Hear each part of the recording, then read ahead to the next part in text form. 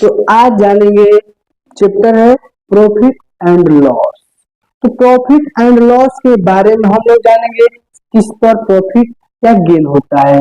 तो समझिए मेरे प्यारे दोस्तों, प्रॉफिट एंड लॉस तो जानेंगे कि क्रय मूल्य क्या होता है और विक्रय मूल्य क्या होता है। तो क्रय मूल्य को हम बोलते हैं क्रय मूल्य। क्रय मूल्य के मतलब होता है कि कोई वस्तु खरीदना।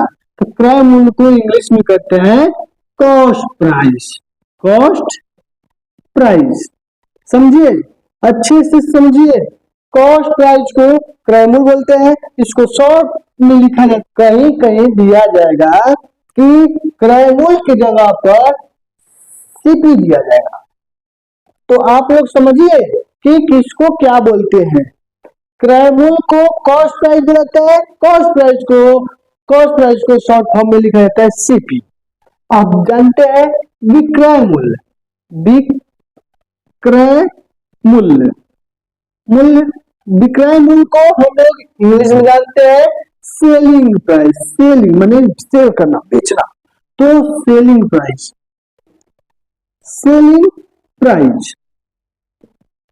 सेलिंग प्राइस तो इसको शॉर्ट में लिखते हैं एसपी। एसपी लिखते हैं किसको? विक्रय मूल्य को। विक्रय मूल्य को शॉर्ट फॉर्म में लिखते हैं एसपी। क्रय मूल्य को सीपी, विक्रय मूल्य को एसपी। तो गेन और लॉस, तो मेरे प्यारे दोस्तों ये समझिए कि क्रय मूल्य का मतलब क्या कि कोई वस्तु खरीदना और विक्रय मूल्य का मतलब कि कोई वस्तु बेचना। तो क्वेश्चन समझते हैं इस पर। देखिए क्वेश्चन दिया है कि सेलिंग प्राइस और कॉस्ट प्राइस। तो कॉस्ट प्राइस माने क्या? क्रय मूल्य।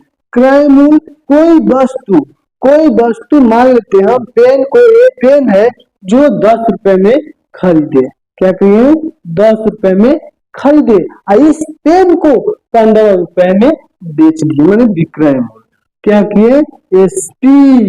एसपी 15 रुपए है।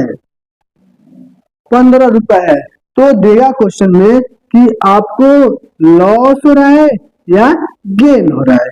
गेन में वही बात है कि लाभ होता है। नहीं तो अब समझेंगे यहाँ पे कि कोई वस्तु 10 रुपए में खरीदे है और उसको 15 रुपए में बेच दिए तो वो गेन हो रहा है। तो यहाँ पर गेन इक्वल टू लिखेंगे, gain equal to selling price minus CP. Selling price और माइनस कॉस्ट प्राइस। तो सेलिंग प्राइस कितना है? 15 रुपए है और कॉस्ट प्राइस कितना है? 10 रुपए है। तो 15 में से 10 घटाएंगे तो 5 रुपए हमको क्या हो रहा है? गेन हो रहा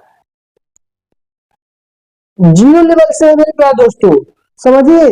अगर ये समझ में आने लगेगा तो आपको बड़े बड़े क्वेश्चन भी आप लोगों को इजी लगने लगेगा। तो आप पहले ये समझे तब आप लोग को समझ में आएगा। मैं तो टाइप चेंज करेंगे समझ में नहीं आएगा मेरे प्यारे दोस्तों। पहले बेस मजबूत करना चाहिए। नहीं अगर बेस किसी चीज का मजबूत हो तो उस पर क्या हो, घर का बेस अगर मजबूत हो तो उस पर कई मंजिलें हम लोग तैयार कर सकते हैं। तो आप समझिए प्यारे दोस्तों, कोई साइकिल को 4000 में खरीदे और उसको 5100 रुपए में 5125 रुपए में बेच दिए तो वो गेन नहीं होगा जी। तो गेन बराबर लिखेंगे, गेन इक्वल टू होता है selling price minus cost price. तो सेलिंग प्राइस कितना है?